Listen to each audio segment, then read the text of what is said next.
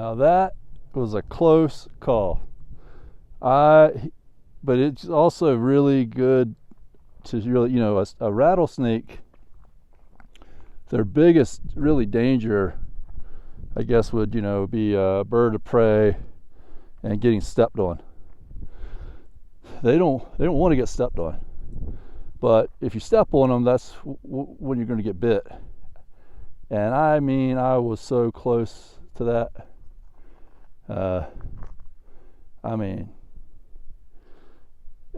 When I saw it, I jumped enough that even the question would have just been, had I stepped on him. He wasn't going to strike me, probably even if I just walked by, as long as I didn't touch him. He probably wouldn't have even made a move. You see, he just wants to move away. But if I had stepped on him, he was just perfect. That little place is just perfectly made for him. And when I saw it, I was probably, I don't know, I might have felt like I was closer to it than not, but I was able to react, and I just basically jumped over it, basically. So but it was really for one more step, and I might have been right on top of it. It was that's pretty much what you got to watch out for. That's a really good example of how people get bit by snakes. The snake's not trying to do anything to come after you. That snake doesn't want to get stepped on any more than you want to step on it. But that, or if you brush up against it, it thinks it's getting attacked, and that's when you'll get bit, and then you'd be looking for this day and age. You'd be I guess we got SOS on our iPhones now, so I guess you can make a SOS call. Even if you can't get cell signal. The cell signal is really bad right here, so I would have to, if I had to really actually get a cell signal. I don't know. It's real hit or miss. It might be okay right here, but I know I went through probably an hour of this hike and I almost had zero signal. Probably not enough signal to really, reliably make a call at any given point. But anyhow, it's just a good example. That's like a textbook example of what you're watching out for when you're trying not to get bit by a snake.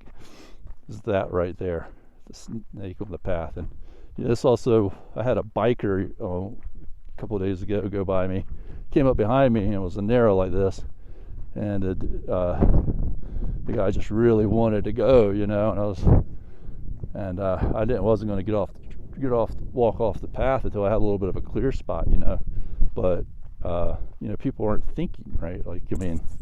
You can't see that snake. That snake was very camouflaged. So anyhow, he was a good looking snake though. So he just wanted to take a nap. A rattler. All right, and that's the thing, you're trying to look at all this beauty and everything, but then you also got to keep your eye on the trail. So, well,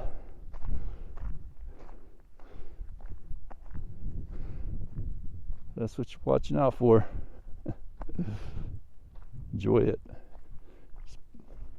It's all part of a journey. You never know what's going to happen on a journey. It can be any journey. It doesn't have to be a hike in the woods or a hike in the mountains. It could be a swim in the sea. It could just be going through your daily life. Every day, really. There is no day that will even come close to going exactly as you plan it. But that's a little bit about, kind of gets to kind of why businesses and organizations are the way they are. I was going to get a little philosophical here, but that's essentially, what an organization is attempting to do. It's attempting to corral the randomization of life. And it's trying to, even in the way that we work in buildings and you know, the structure. I mean, the actual physical structures that we do certain work in. Let's say a factory is laid out a certain way, or a office building's laid out a certain way. You know, a lot of it is trying to eliminate all this randomness, but it's a constant struggle, right? Like, there was no day that you can plan that will go as exactly planned. Something is going to happen that you weren't expecting to happen, even in the minor sense. You know, like getting bit by a snake on a hike would of course be sort of an outlier event. This would be the same as, like, you know, getting hurt, breaking a leg or an arm or something like that. You know, and the reason why those are kind of outliers is because there's steps you can take, you know, to avoid those things, so you can kind of avoid them, and B, other people, especially if you're on a trail or something, you know, the trail has been made. The reason there's a trail is because not everybody wants to just walk through a random, you know, area, and so the trail itself helps to eliminate certain problems, right? Because other people don't want to fall down and break their legs, so the trail has sort of been, you know, carved out to be easier to walk on than if it was just you know, just walking through the unmade trail, so to speak. The animals make the trails. Usually most of these trails get started by the animals, and the animals don't want to walk through the hardest part of the bush either. So yeah, but you know, anyhow, you got to expect things to happen, and you got to train yourself to deal with circumstances. It's how you react to circumstances that has a lot to do with how the outcome of the event unfolds. So,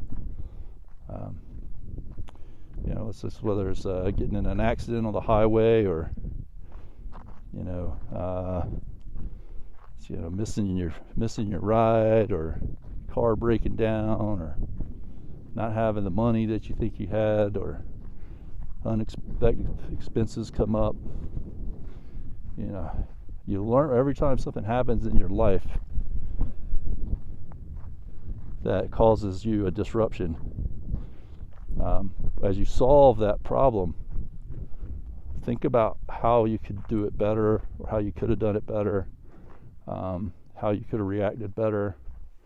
You know, look at other examples of people.